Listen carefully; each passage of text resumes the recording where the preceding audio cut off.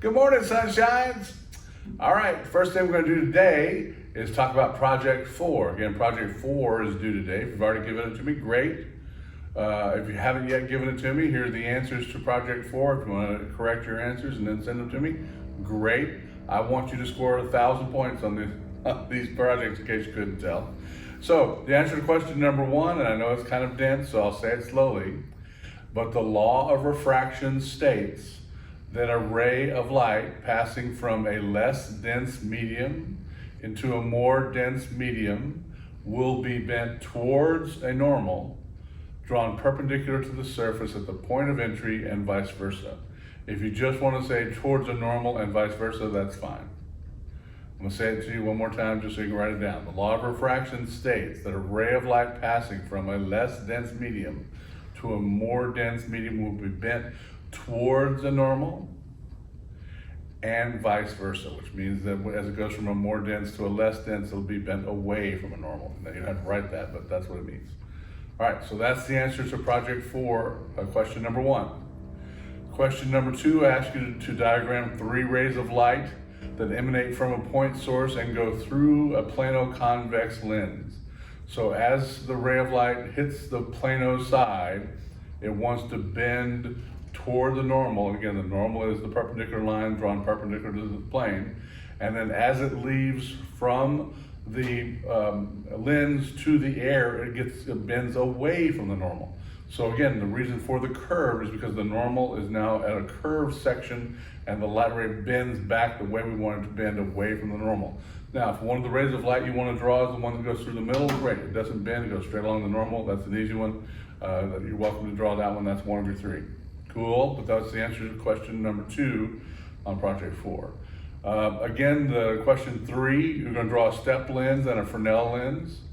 And tell me what the difference is. Again, a step lens is perpendicular lines to the plano side, and all the glass is taken out of the back. The Fresnel lens, all the curves are taken out of the front, and instead of being perpendicular, they're angled in the arc that creates a flare to the light.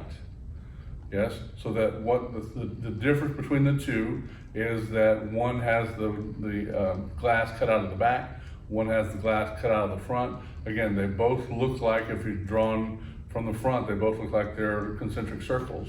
But the purpose is exactly the opposite. The step lens is merely an attempt to save weight, but it's still doing the same thing that a plano-convex lens is doing, which is focusing down the light, whereas a Fresnel lens is spreading the light. So again, they should not be used interchangeably. They're doing the exact opposite thing, so you want to do what's best, what works in cohesion with the other elements of the instrument. Okay, so that's question number 3. Question number 4, again, we talked about 6 different elemental styles of design.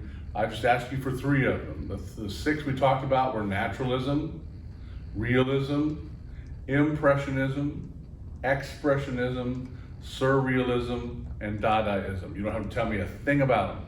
Just list 3 of those 6, you're in good shape. Any of them, 3, doesn't matter. And then question number 5, again, the McCandless system, which is the system we're using, each area, each 10-foot circle should have 6 lights focused towards it. 2 from the front at 45 degrees, 2 from the sides at 180 degrees, 1 from straight above, the downlight, and then 1 from the back. That's 360 degrees of coverage. But the answer is 6, 2 from the front, 2 from the side, 1 down, and 1 back. So that's the answer to question number 5 on project number 4. Go ahead and get those turned into me and get your points. And again, if you needed to correct the one you had, that's great. All right, today we're going to talk about how to dimmers and how to make lights make sense. That'll be fun. There's 2 things as a lighting designer you're going to create. One is the light plot, which you give to the master electrician, and they hang and focus the lights and all that sort of stuff. They plug in the lights, they do everything about where the lights go. The other thing you're going to do is program the light cues. And so one of the things you need to understand a little bit is about how dimmers work, but also to come up with a system of numbering things so that you in the middle of the theater in the dark under pressure can remember the numbers that are arbitrarily in the air. You want to make some sense of those numbers, and hopefully by the end of the lecture today, you will have at least the system that I use to use, and hopefully you will understand that system. This will not be the only time we talk about this system, but this will be an introduction to the system. But before we begin with the system for enumerating the channels and creating the cues, let's just talk about what dimmers are and the history of how they came about, because it's going to affect how programming is done today. Very early on, when lighting went to electricity, they discovered that if you took a coil of copper and then took what's called a resistance arm, you took a resistance arm and you traveled it up and down the coil of copper, you could cause the light on the other end to dim or not dim, depending upon where you set it. It's called a resistance dimmer. There's a picture of it here. Again, initially, when I went to high school, and I know that was before any of you were ever born, we had 4 rows of 6 resistance dimmers.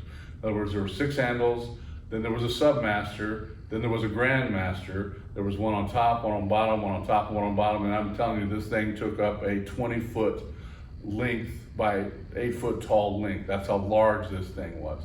Again, it employs a lot of copper, so if you know anybody who still has one of these resistance dimmers, have a person who buys copper come in, because they will make a lot of money buying all the copper that's in these suckers. But again, basically it's just a big old coil, and as you pull down on that little handle there, the handle had 10 stops. You had 10 choices. You could go, well actually 11. You could go from 0, which is off. You could go all the way to 10, 1, 2, 3, 4, 5, 6, 7, 8, 9, and 10. Yes? Now, 10 would get all the way to the top and would actually avoid any of the copper coil. You just connect, it was a direct connection, so the light was on full. When you brought it back to 9, it connected to the coil of copper very late in the coil of copper, so there was only a little bit of resistance from the copper, and so you got about 90% of the light energy arriving at the light source. Yes? When you brought it down to the next chink, and again the little holes in the pack there, and it would literally make a sound when you got it into the right hole. And it was just this little ball bearing that would make a chinking sound, and you would just bring them down, and you had 10 stops. Again, 0 being the other option. Yes, and so you could, with those 6 dimmers, control those 6 lights. And you could take each one from full to off individually. Now, so you have 6 dimmers on the top, 6 dimmers on the bottom, 6 dimmers on the right, 6 dimmers on the left.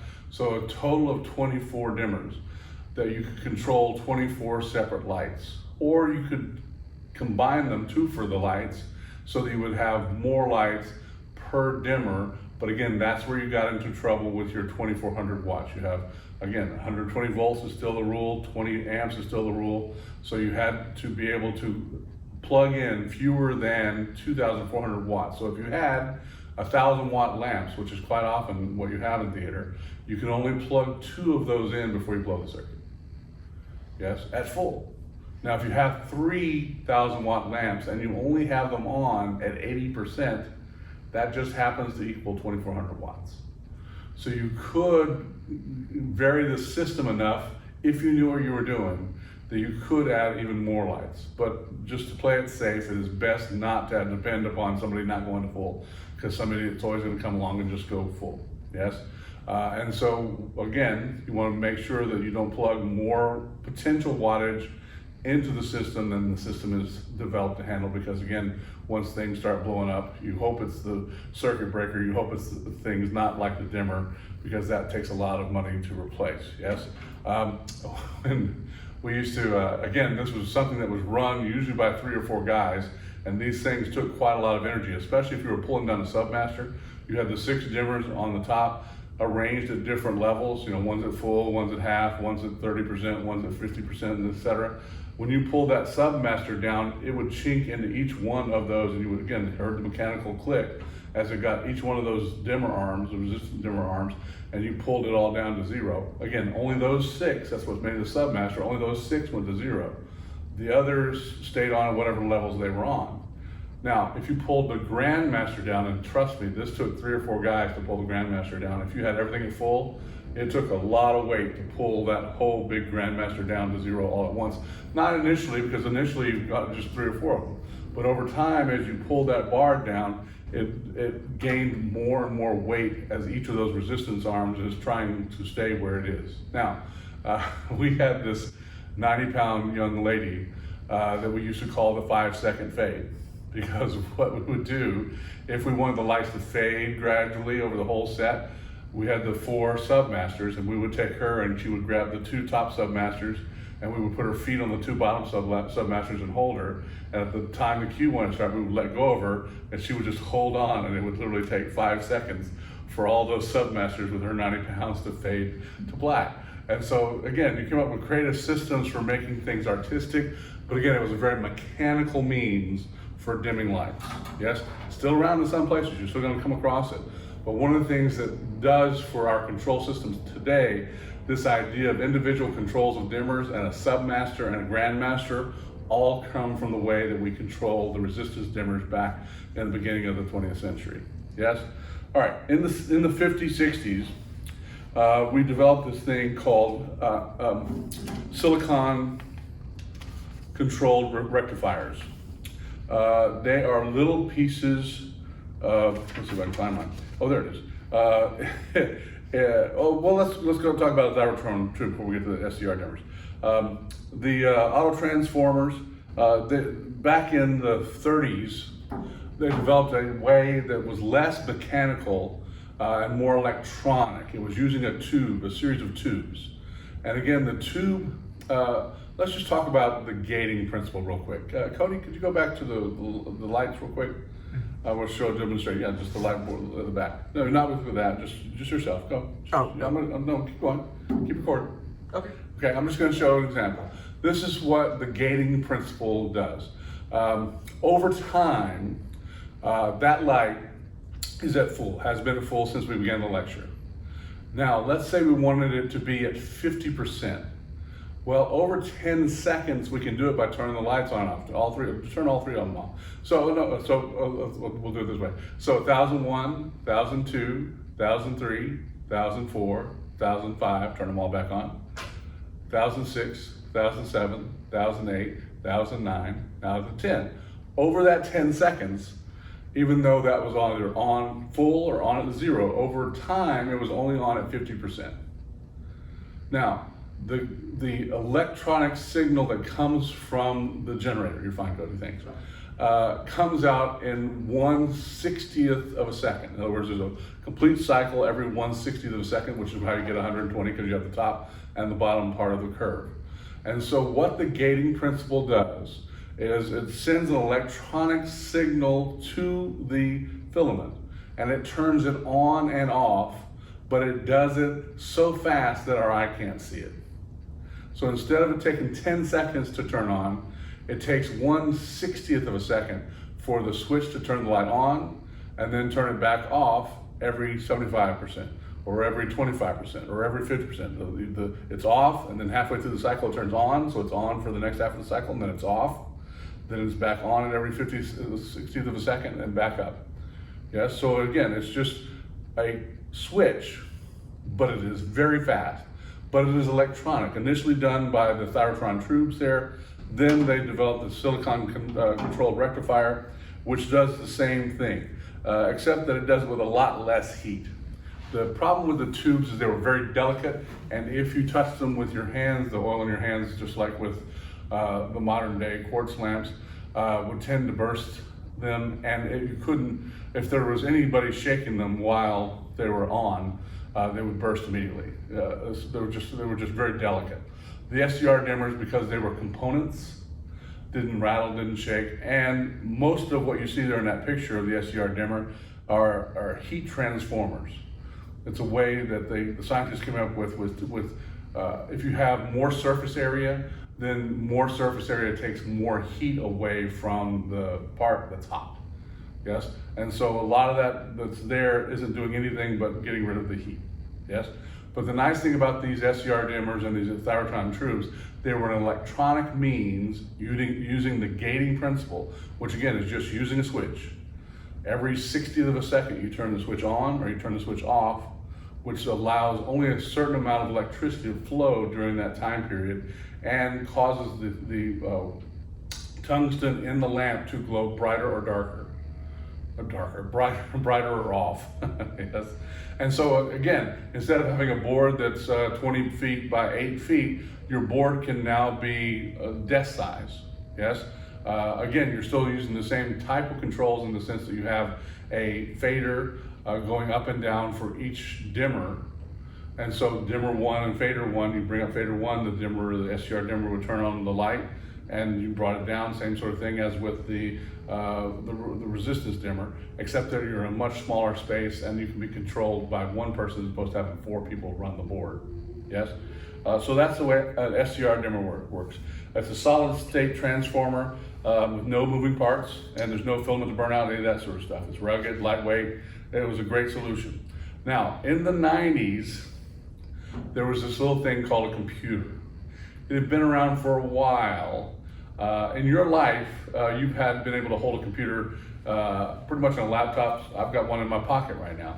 But computers, just like blackboards, started out housing an entire room, an entire building. And over time, computers got smaller and smaller and smaller until the 90s when we began to digitize theaters. There's this organization called the USITT. It stands for United States Institute of Theater Technology.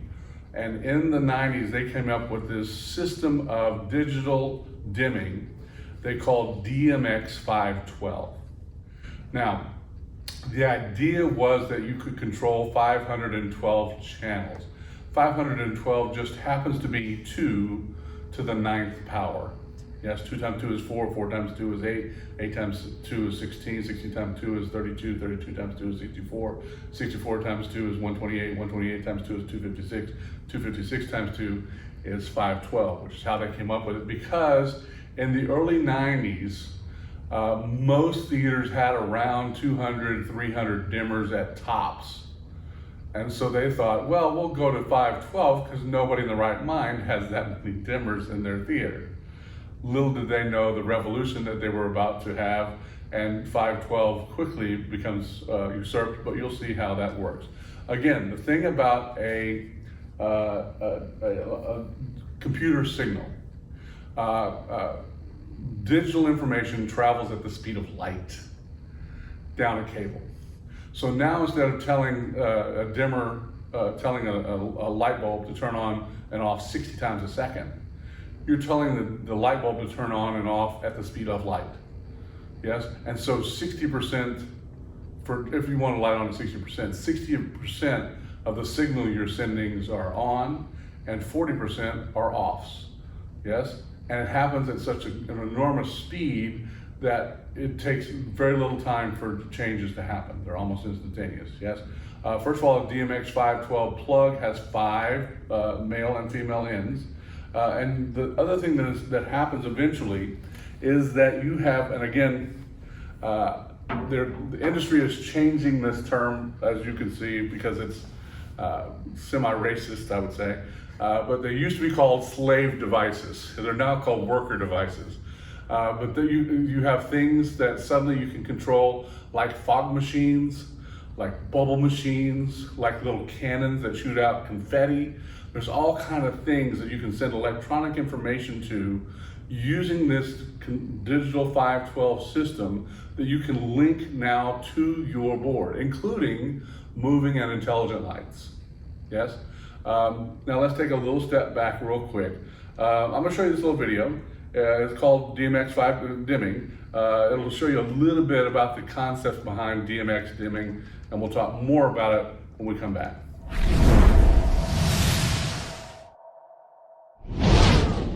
Now we're going to talk about how the signal gets sent from the console to the fixture. In the old days, we used an analog signal, and as the industry progressed, it went into the AMX signal. We won't talk about these too much because these systems are pretty much dead. These both would send the signal from the console to the dimmer. Years ago, manufacturers were making consoles and dimmers that couldn't speak the same language, therefore couldn't communicate with each other. We had little converter boxes that would interpret the language so that the dimmer could understand the command. It was USITT who finally said, "We need to standardize in the world what a lighting system is." When they came to this conclusion, there was DMX. DMX is still one of the main industry standards in lighting today. You can't talk lighting without understanding DMX. During this period in time, all manufacturers started making DMX consoles and DMX dimmers, which eliminated a converter. Now the console was speaking the same language as your dimmer, so a lighting designer could send the signal from the console to the dimmer to the lights without any issues. Now that we've covered the history of DMX, we can talk about it in further detail. DMX is sent through a 5-pin XLR cable. The DMX 512 cable can carry 512 commands or parameters. It can recognize if you have a 12-channel console. You are going to use up to 12 parameters or commands talking to 12 dimmers. Here's your lighting guy. Lighting guy is at the console. Works in a theater with a low budget and all they can afford is a 12-channel console, which is fine because in this low budget theater we only have 12 fixtures. These 12 channels talk to this 12-channel dimmer, which talks to all 12 of those lamps. Even though this is a 12-channel console, it is still sending out a DMX signal. The signal that is being sent out is more intelligent than just 12 channels because it can understand 512 parameters. The dimmer will have a digital thumb wheel. We dial that at 001, meaning dimmers 1 through 12. Let's say the theater increases their budget and buys 12 more lamps. They need to buy another dimmer. Well, if this dimmer is 1 to 12, this dimmer would be 13 through 24. We only have a 12-channel console because they couldn't afford a 24-channel console to talk to all 24 dimmers. They have 24 lamps, 24 dimmers, and a 12-channel console, which one would think is a problem. But it isn't. DMX can make this dimmer exactly the same as that one by addressing it to 001. Therefore, it mimics this dimmer here. So when I bring up channel 1, it turns on dimmer 1 and dimmer 1 here. So whatever is plugging into dimmer 1 and dimmer 1 is going to turn on. DMX allows you to move numbers around as long as they aren't overlapping. Further example of this. The theater decides to buy a 24-channel lighting console. What we can do is dial the second dimmer 013. Now this dimmer is 13 through 24. This is DMX in its simplest form.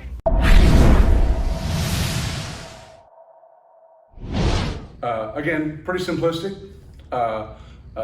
easy to understand, I hope.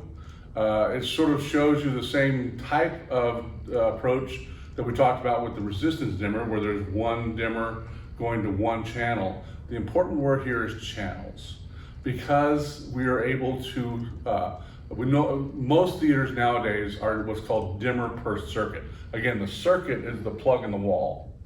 The dimmer is the physical device which supplies the power to the circuit, which makes the light turn on or off, okay? And nowadays, dimmers are so inexpensive that most theaters, our theater for instance, we have 155 circuits, we have 155 dimmers, yes? So you have dimmer per circuit technology. The channel is an arbitrary number in the computer that you're going to assign to each light in order to control that light. That'll make more sense later. But again, the channel is the important thing. Now, If you don't assign a channel, the channel that is assigned is the dimmer and circuit number. So before you go in and do anything to any board, you reset the system, and when the go-to setting is dimmer 1 is in channel 1, and so circuit 1 is dimmer 1, and both of those are channel 1. So if you've done nothing to patch the system, is what it's called, to redirect the information through a channel choice, channel 1 will control dimmer 1. Now, we have 155 dimmers, but one of the things we also have are these, we have about 20 these strip lights that are controlled using red, blue, and green signals to the various dimmers in the instruments. Yes, and so you will have front of house, for instance. If we've got 155 channels that are the circuits, the front of house strip lights, I will assign, and again, you just go to the strip light and you tell it the first channel you're going to pay attention to is 156. So when I'm on the light board, if I type in channel 156, the information is going to go to the strip lights in the front of house. Yes, and it has red, blue, and green strip lights. So you're going to have 156, channel 156 to 157, 158. The information is going to go to those 3 strip lights. Then we have a set of strip lights above the stage and a set of strip lights below the stage.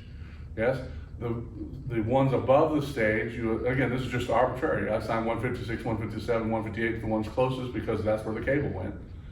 Then 159, 160, 161 are to the strip lights above the stage, again, red, blue, green.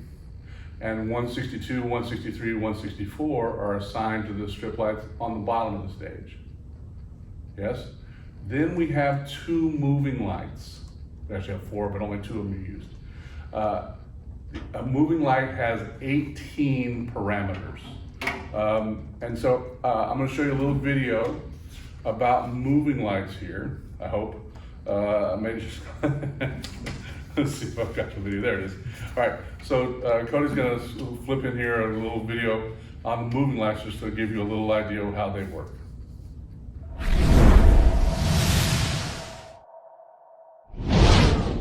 Now we are going to talk moving lights. Moving lights are where DMX comes into play because we have thrown around this number 512. And we think, geez, pretty big lighting system. 36 dimmers, 36 channels, and a lot of lights. That's fine because one light takes one command or one parameter. On the other hand, to turn on a moving light, that is one command. Let's say pan, gotta be able to move it, that's another command. Tilt, up and down is another command. Color wheel, gobo wheel, second color wheel, second gobo wheel. So before we even get started, we have 6 parameters. Most moving lights take about 26 to 30 parameters or commands, which gives us a small window to work with when we only have 512 commands available. Here is your lighting guy and your console. We aren't talking channels with consoles anymore.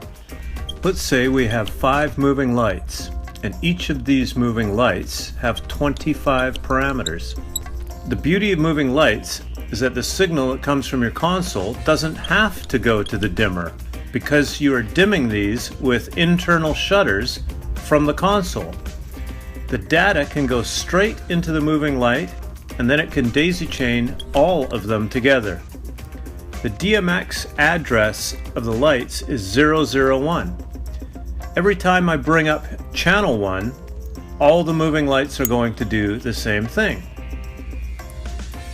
Now your 5 moving lights have taken up 125 of your parameters. As you can see, a lighting rig with a lot of moving lights is going to eat up these DMX channels very fast. Some of these consoles have different universes. GrandMAs can go up to 8 universes of DMX. Each one will be 512 parameters because they get eaten up very fast. And once they are eaten up, you're done. You still need power, so you still need a moving light distro that the fixtures can get power from. It's all data. If we want to be able to talk to each light individually, this light picks up 1 to 25, and you add another 25, and you're at 50. As you can see, you're going to eat up 125 DMX channels just on these 5 lamps. When people are constructing a lighting system, they can't just ask for a random console. They have to know if the console is sending out enough intelligence to be able to talk to everything. That is DMX, moving numbers and parameters.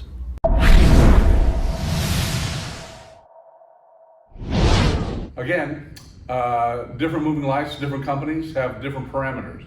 Our moving lights have 18 choices that you can make. The simple ones, on off, you can choose, there are 2 color wheels, and so you can choose a color of each of those channels. You can dial 0 to 100, and there are 10 colors in each wheel, so you can combine the 2 middle, have half and half, and combine the color if you'd like, or you can use the other color wheel, or you can pair the color wheels, which is a way of blending the colors, so you can make all kinds of different colors. They have 2 sets of gobo patterns. One of the sets of gobo patterns can also be rotated. You have an iris, which can focus in or down. You have a way to make it a prism. In other words, instead of just one picture or one look, you can split it into 3. You can make that spin or not spin. You can strobe things. There's just all kind of things that you can tell the computer that is in the automated intelligent light to do or not do in any particular cue. And so because of that, you have to use channel, let's say we stopped, I forgot where we stopped, but let's say we stopped at 170. You can assign channels 171 through 188 to one intelligent light, and then you can skip 189 and 190 just because it makes more sense for me to go 191 to 208 for the next moving light. And so that's why we need more channels than 512. We've only got 2 moving lights and 20 strip lights, and we're almost halfway to 512. Imagine Broadway shows that have hundreds of moving lights. Anytime you get to a total of 512, it's what's called a universe. So you can go to what they do is they add a second universe. It's another page. You just turn it over, and the computer, you just hit the page next. It goes to the next universe, and again, you have 512 new dimmers. And you can assign those 512 new dimmers and through channels to anything you want. You can assign it to moving lights, to intelligent lights, to strip lights. You can assign it to fog machines, smoke machines, bubble machines, whatever it is, fans, whatever it is that you're trying to control electronically, you can do it with a computer, okay? I'm gonna let you rest a little bit about that. That's dimming. Now we're gonna move to the control board. Again, they're interrelated in the sense that you have to sort of understand a little bit about one in order to understand what the other is doing. Yes, the very first control board is what's called a group master. It is very simple. It is, if you have 12 dimmers, you have 12 faders, and there is a master control. That's it. You have one set of 12, again, you can have smaller boards, you can have 6 dimmers. If you're working the ballet outside at the Shakespeare Festival, they're going to use a little board. It's going to be about this big. It's going to have 6 dimmers on it. Yes, you can bring up front of house, right or left. You can bring up on stage, right or left. You can bring up a couple specials. That's it. Not a whole lot of complicated, and it's all run through these little dimmer packs that you'll rig up when you rig up the system. Yes, they are SCR dimmer packs. That's old school 1960s technology, but it works great in the rain. Because again, with an SCR dimmer, there are no moving parts. Rain on it, fine. It's all encased. You know, that handles the weather very well. This little board, I wouldn't pour your coffee in it. That would be probably a bad choice. but it's pretty rugged. They'll handle things very nicely. Again, for this type of pack, using XLR cable, same thing as sound cable, is probably the best choice. This you're probably not going to use your DMX cable just yet. Yes. Now, the second type of control board is what's called a preset board. And what they would do is you would have dimmers 1 through 12 up top and 1 through 12 at bottom. You would have a Grandmaster, so you could take all the lights up or down if that's down. But then you would also have these 2 fader bars. If both bars are up, then the top row of presets is what's being done. Let's say you have channels 1, 5, 7, 9 at full in this queue. And then on the bottom set of presets, you have lights 2, 4, 6, and 12 at up full. What you could do is, if you bring down one of the crossfade bars, it would bring up these lights and keep these lights up. And then as you fade the other one down, it would turn these lights off. Or you could just do a crossfade between the two. So these fader bars, again, in the preset board, you can basically preset your lights for the next queue. Both of these systems, in other words, if you're using the Group Master system, you would have to go to black, reset your 12 dimmers real quick, and then bring up the Grandmaster to have your next light queue. Yes? In the preset board, you can preset your queue up top, preset your queue up bottom, and then transfer crossfade from top to bottom. And then while you're in your bottom queue, reorganize or reset your top queue, and then go back to that, and then go back to that. Yes? And so that's sort of a way of streamlining the output, but it has nothing to do with the dimming. Yes, the dimmers are the same number of dimmers you had, it's just a different way of controlling the boards between the two. A combination board is what we have. We have 40 channels that are controlled independently. If you bring up channel one is on. Now, if you go ahead and go back to the presets, yes, you can record submasters with certain looks in them. But if your number 1 is up and your fader up here, it's going to be on in all the submasters, no matter whether it's intentionally on or not. Yes. And so, like, if you want to see what something might look like if you added it to the queue without adding it to the queue, you can just bring it up. If it fixes the problem, you can record it. If it doesn't fix the problem, you take it out, and now you know. Again, a lot of times it's used. It's a way of organizing the board so that you can control individual lights using the presets, or control group masters, submasters down below. Yes, that's what our board is, a combination, but it's also a computer board. Again, in the 90s, suddenly the computer board using computer memory takes charge, and this is where you get into needing to have some sort of system to help understand the lighting. Now, let's talk about patching real quick. In the old days, before we get to patching, there's this other thing called color scrollers. Again, color scrollers can be controlled by DMX, but they are just machines that have 10 colors in them that just can roll forward. They're usually attached to par cans and or ellipsoidals. But LEDs really don't need color scrollers because LEDs are the colors that they are. Yes. But that's another thing that exists. There's a picture of some color scrollers and some par cans. Let's talk about patching.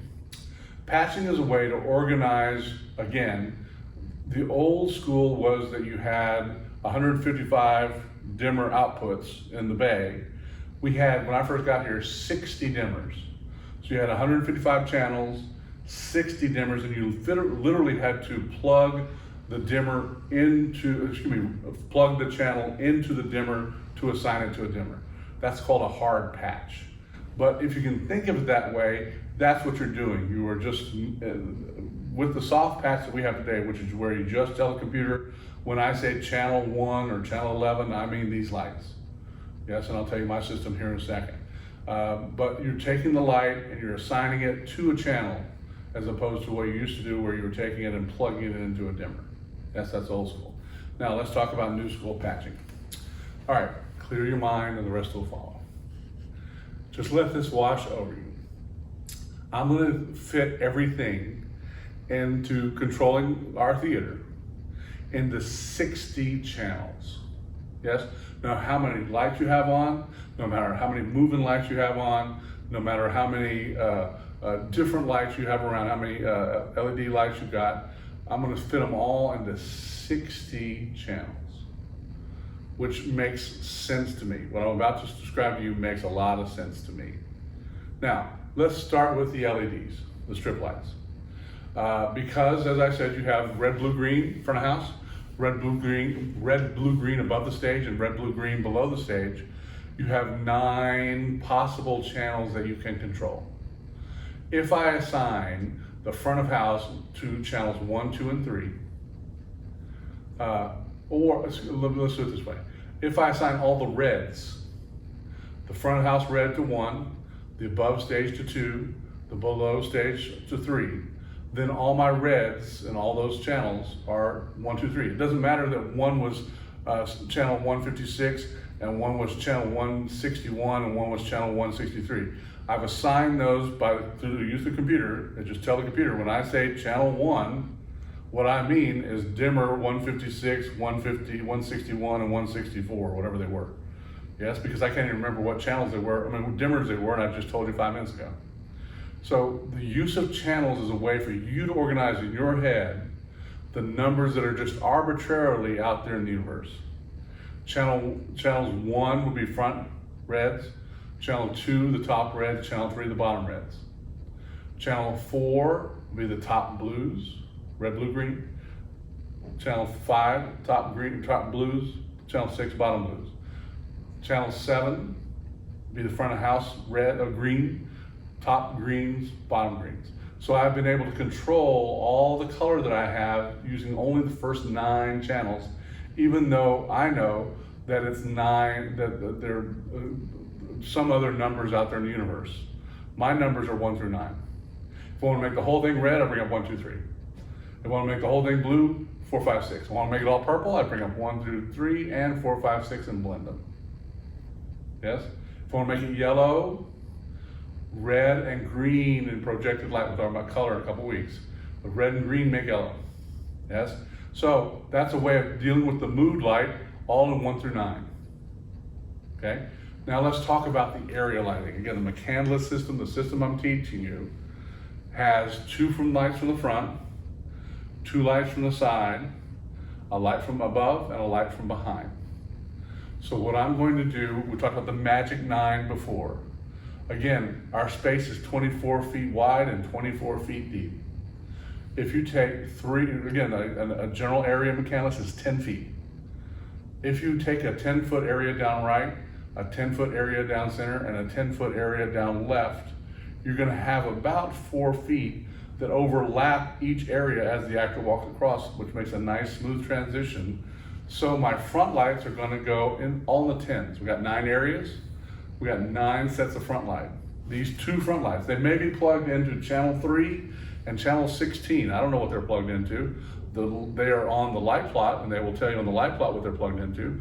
But when I'm sitting there designing the lighting, I don't need to worry about what that's plugged into and what that's not plugged into. And a lot of times, they may plug it into a different channel or dimmer than you have assigned it to. You may have looked at the chart and decided that 16 is a place to plug it in, and for whatever reason, 16 is a blown dimmer, and so they may have cabled it over 17. Do you need to know that? No. All you want to know is when I tell channel 11 to come on, I want the 2 front lights to area A to come on. And so all those problems that the master electrician is going to run into, he will just program your board, reprogram it the way it is once they get there. There are a lot of differences once you start hanging lights and exactly what numbers you use, what patch is, where they have to 2 for things, et cetera, to set cable, whatever they may need to do. None of that's important to you unless the light doesn't come on. Then you gotta say, why isn't this light on? The master electrician will say, oh, we plugged in the 17. All right, repatch that, put 17 in, and take 16 out. Yes? So, the front lights to area A are an 11, B is 12, C is 13, D is 14, mid stage, center, 15. 16 stage left, up right, 17, up center, 18, up left, 19. 11 through 19 are all the front lights. If I want all the front lights on, I bring up 11 through 19. If I want it all red, I bring up 1 through 3. I got red in all the fronts. And who knows what the circuit numbers, what the dimmer numbers are.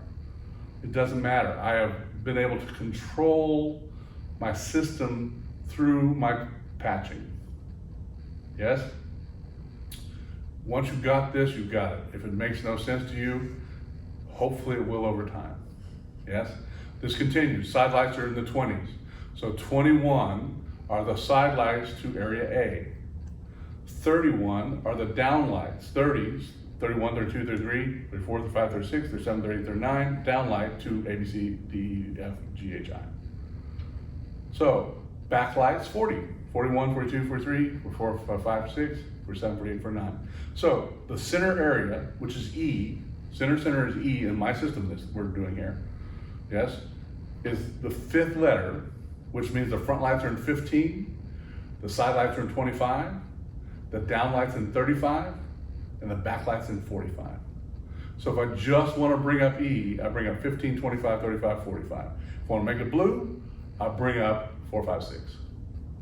So now I've got the center area well lit and blue everywhere. Yes? So that gives me all the numbers internal between the 10 series, the 20 series, the 30 series, the 40 series. That leaves me the round numbers 10, 20, 30, 40, and 50 for things like down right special, down left special, center special. Maybe you got some tree gobos, put those in 40. Maybe you got a center special that, you know, is the where Willie Loman dies at the end or something. That's 50. Then you can assign your moving lights to the numbers and any kind of specials you got.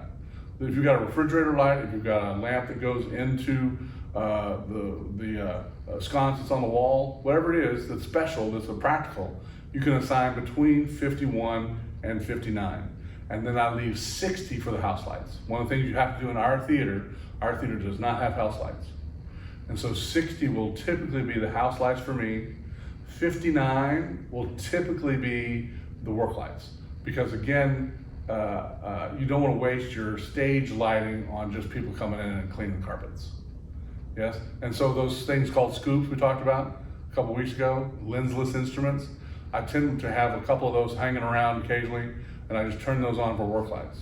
The problem with scoops is they're becoming less and less popular, and so the lamps are becoming more expensive. So now it's just easier to use some 8-inch Fresnels or something like that.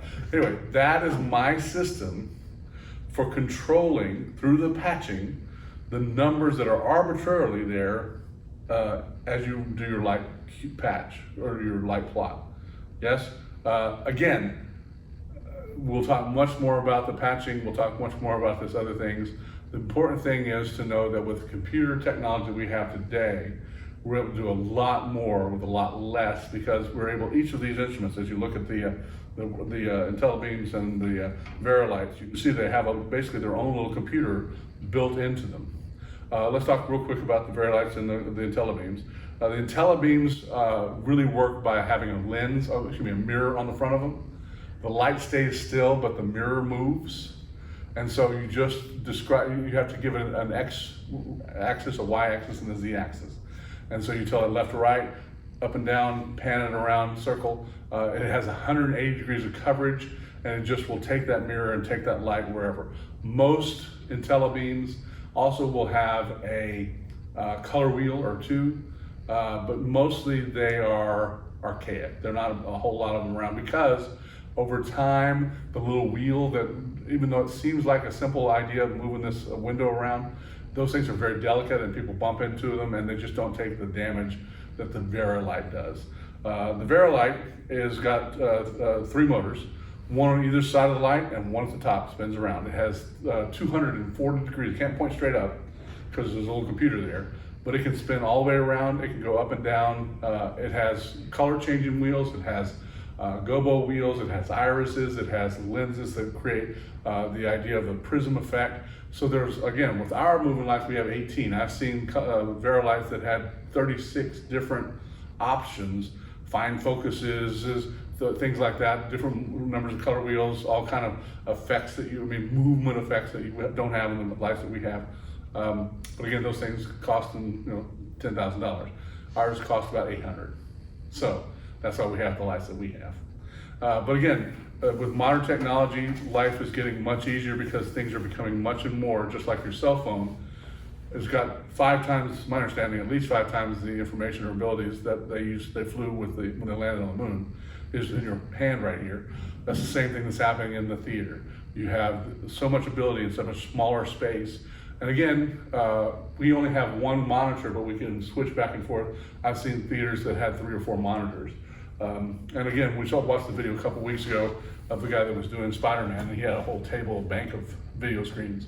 But again, you're talking about hundreds of moving lights with several universes. And if universes didn't make any sense to you, trust me, you're going to be working with that on Broadway and not much else. That's for sure. All right. Anyway, hopefully some of this has made sense to you today.